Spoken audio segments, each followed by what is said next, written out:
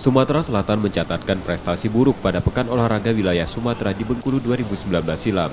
Di ajang itu Sumatera Selatan hanya mampu menempati peringkat kedua paling bawah. Catatan buruk tersebut membuat KONI Sumsel bertekad melakukan perbaikan sebelum Porwil Aceh tahun depan. KONI Sumsel mulai menyeleksi atlet yang akan diturunkan pada Porwil Aceh nanti. Di Porwil Sumatera ke-11 nanti, KONI Sumsel menargetkan tembus 5 besar.